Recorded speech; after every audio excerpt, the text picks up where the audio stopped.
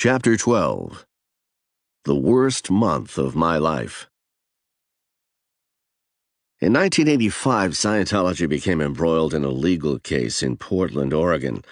A woman who had taken Scientology courses sued, claiming she had been harmed by Scientology. A jury awarded her damages totaling $39 million. It became a huge rallying cry for Scientologists around the world, and the church sent out a call to arms.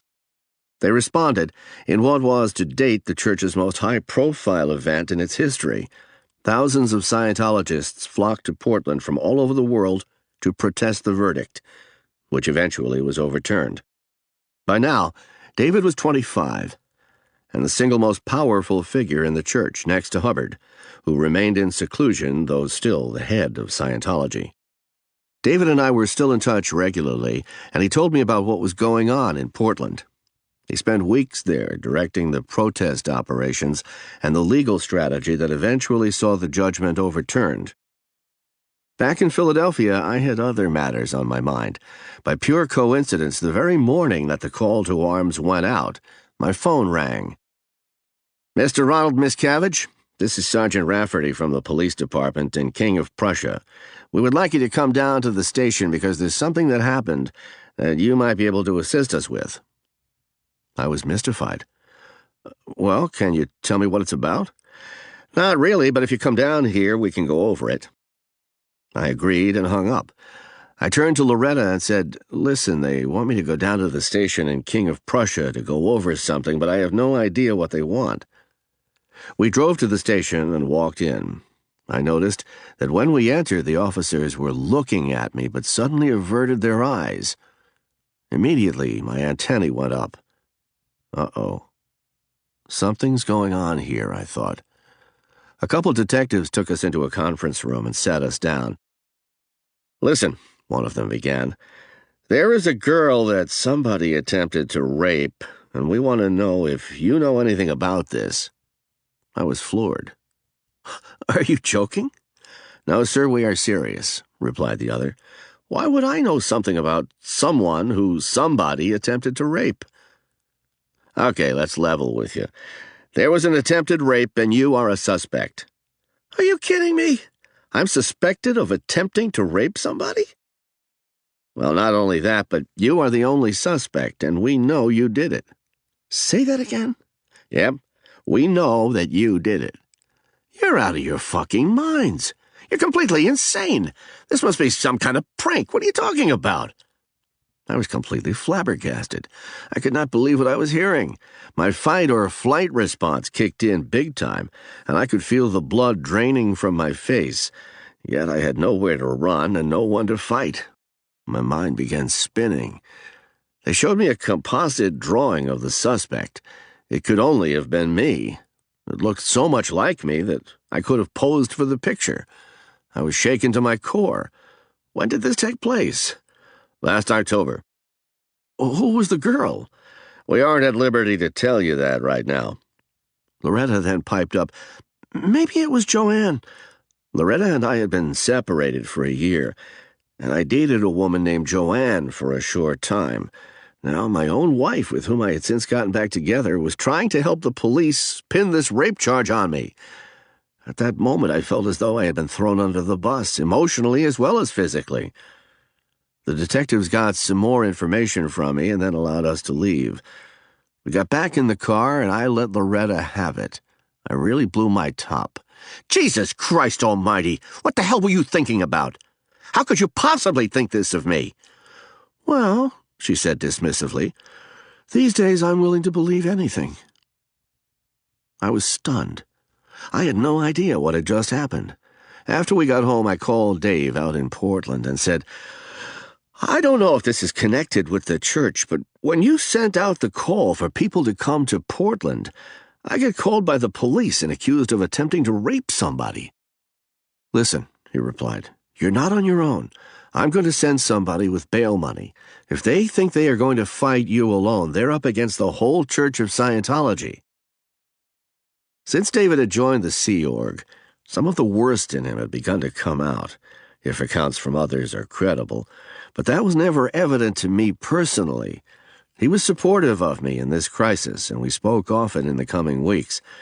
The very next day, church attorney Michael Hertzberg showed up and said he had a suitcase full of cash, so I wouldn't have to be in jail as the case unfolded.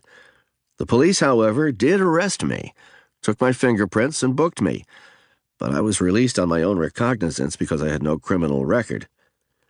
Dave sent 2 people from the church's Office of Special Affairs, OSA, the legal arm formerly known as the Guardian's Office, to investigate the detectives on the case. It was odd that on the day thousands of Scientologists were in Portland to protest a huge damage award against the church, the father of a leader of the church was accused of being a rapist.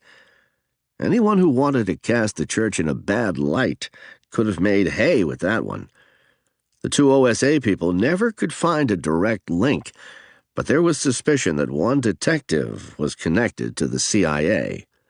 People unfamiliar with the church may not know that Scientology has a branch created specifically to deal with its legal and public relations issues. This is OSA. The lawyers retained by the church to deal with its legal cases work with OSA staffers. Church representatives who address the church's public relations matters are also under OSA.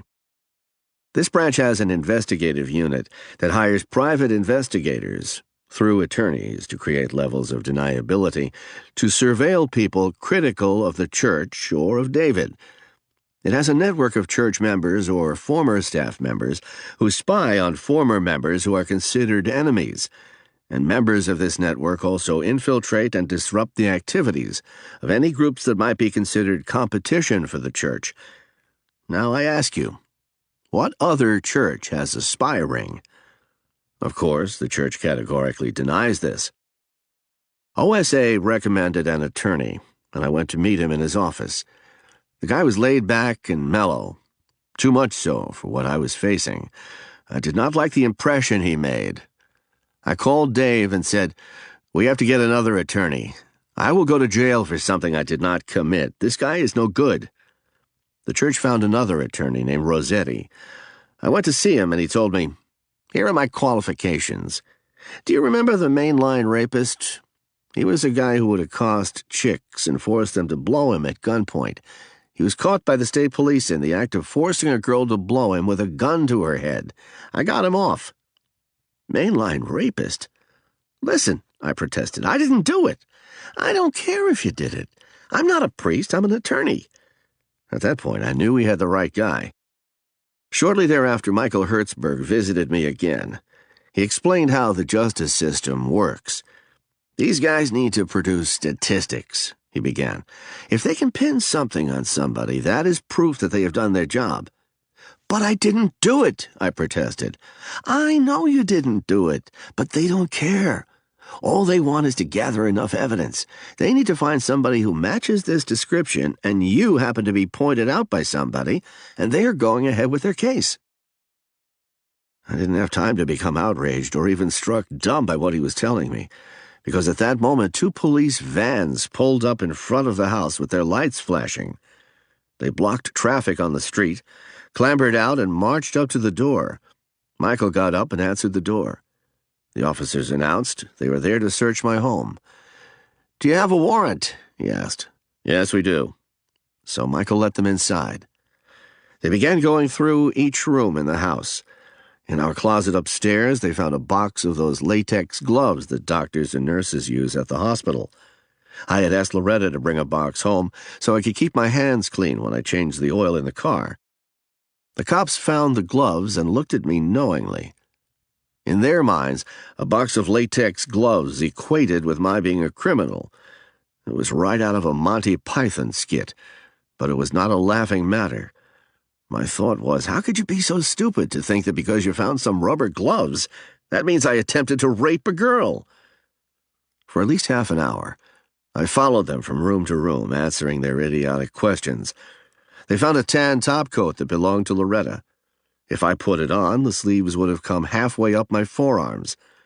They took it as evidence anyway. From that day onward, none of the neighbors would talk to me. They had no idea why the cops came or what it was all about, yet they assumed the worst. 2 vans with sirens and flashing lights will do that to people. It was terrible. I was a complete wreck. In 30 days, I lost 30 pounds. I couldn't eat. I couldn't sleep. They sent an auditor from Flag to audit me and help me deal with the stress. Finally, it came time for the preliminary hearing. I was in the courtroom when my accuser entered. When she went up on the stand, I could see she was at least as tall as I am, if not taller. That was a small relief. Police had told me that my accuser said the assailant was at least 4 inches taller than she, and the woman was certainly not Joanne, as Loretta had so helpfully suggested during the initial interrogation. The case began to crumble in the courtroom that morning, and finally the prosecutor pointed at me and asked my accuser point blank, "Is that the guy?" She stared at me for a full minute, which was easily the longest minute of my life. "I'm not sure." "Dismissed," boomed the judge. "You don't have a positive identification." Like that, the ordeal was over. My initial reaction was relief, and then rage at the 2 detectives who had put me through hell on the basis of this flimsy evidence. I started to go after them. My hastily conceived plan was to punch both of them in the head. These guys should have known that they did not have enough evidence to convict me. They knew that the alleged victim could say only that she was pretty sure that I was her attacker. Their case was meritless. They knew that the victim had described her assailant as being about 5 feet 10 inches, but I was nowhere near that tall.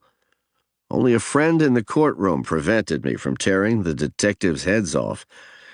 It's a good thing, because then I really would have been guilty of assaulting someone.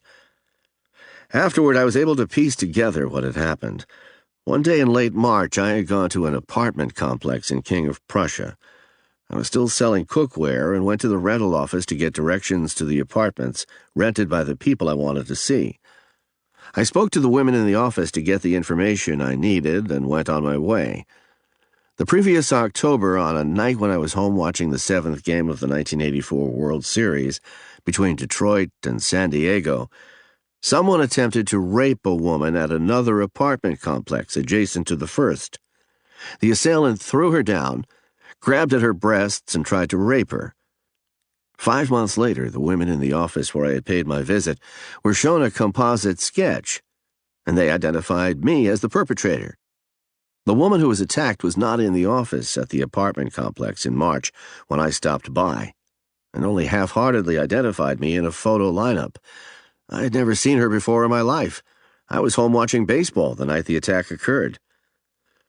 So ended the longest month and most harrowing experience of my life. It was also the end of my marriage to Loretta. Her remark during our initial visit to the police station could not have been more of a betrayal, and at that point, I knew our marriage was over. For some time I had been considering joining the Sea Organization. All right, I decided. They helped me during this episode. I owe them my allegiance for that. If I join and don't like it, I will simply leave. David had been asking me for some time to join. So had others in the organization, specifically Mark Yeager and Guillaume Lesevre, 2 of the top executives in the church. I knew I was a capable person and could contribute to the group, and as I say, I appreciated the help the church gave me during the most stressful time of my life. There may be other accounts on the internet about this mess, but the account here is what is in the public record, and it is the accurate description of what happened and what led up to the most interesting and even worse chapter of my life.